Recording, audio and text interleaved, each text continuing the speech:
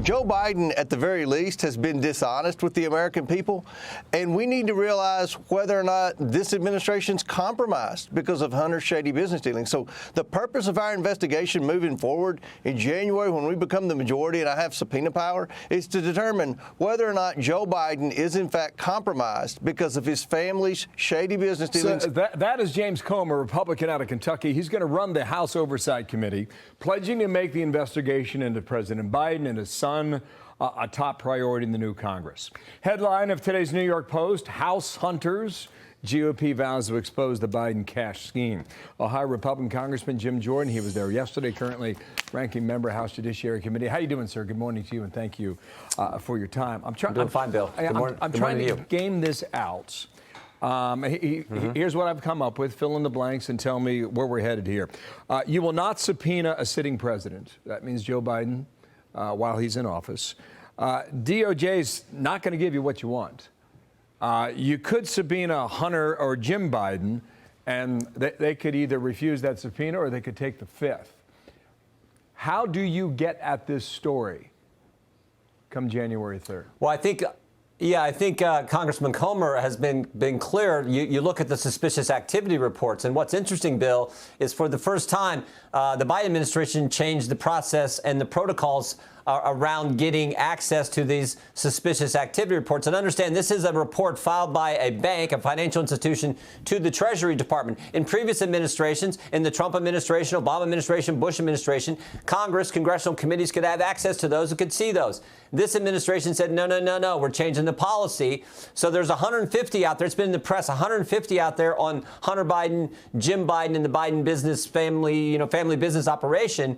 But the committee has only been able to see 2. So Congressman Comer, who will be Chairman Comer of the Oversight Committee, said, I want to see the other 148. So I don't know if he'll go through the banks, the financial institutions, to get access to that, or what he'll do. But I think that's probably where this thing starts. My overarching concern is the politics at the Justice Department. You cannot have a Justice Department that's political, because if you do, you no longer have what makes America the greatest country in the world. One of the things that makes us the greatest country ever is this idea that it's equal treatment under law, and we don't have that. So that's my overarching concern. And we know that the FBI, Mr. Thibault at the FBI, according to a whistleblower who went to Mr. Grassley, was suppressing information about the Hunter Biden story just days and weeks before the presidential election in 2020. And we know the FBI also went and talked to Facebook and said, be on the lookout for Russian disinformation. And that happened to be just timed at the same time you had 51 former Intel officials write the now famous letter that this has all the earmarks of Russian disinformation. I grant you there are a ton of questions out there. You got 2 years to do this, and they can run the clock on you. That must be a concern when you're trying to find an answer. Well, it's always a concern, particularly when they haven't complied with any of the requests from Mr. Comer that he's already sent. They've changed the process on access to suspicious activity reports and denied us a chance to do that when it was always been able to do that before. And now we learned yesterday that they set up some special office the Democrats have to come after Mr. Comer, Mr. McCarthy, myself, and to attack the people doing the investigation. So what we're going to do is everything we can within the Constitution, do our duty to get the facts and the truth to the American people, because you don't change the politics at the DOJ if you first don't expose just how bad it's gotten and what really has been going on there. So that's part of our duty as members of Congress when we take the oath of office on January 3rd to uphold the Constitution. Part of our duty is to make sure the country gets the truth and the facts. We're committed to doing that. This might be your first witness. On with Sean Hannity last night, Tony Bobulinski. It's crazy that we're actually still talking about this 2 years after I've come public. 1,000% Joe Biden is the big guy. Multiple whistleblowers have come forward with a whole trove of facts that corroborate everything I've said, as well as add incremental information to it. And I think the American people are going to see those facts. I think they're going to be shocked by those facts, and hopefully justice is served. Last comment. Hopefully justice is served. Go ahead, sir.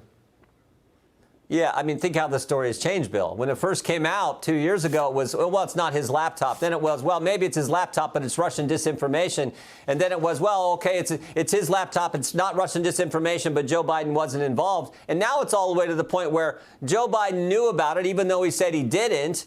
but it didn't influence, the Politico said this yesterday, but it didn't influence his decision making. His son's business dealings had no impact on the decisions he made as president. Well, that's a long way from I had no knowledge of my son's business operations and it was Russian disinformation. So the story has changed dramatically from the White House and from the Democrats. Our job is to get the facts and the truth for the American people. Does this start in January, yes or no?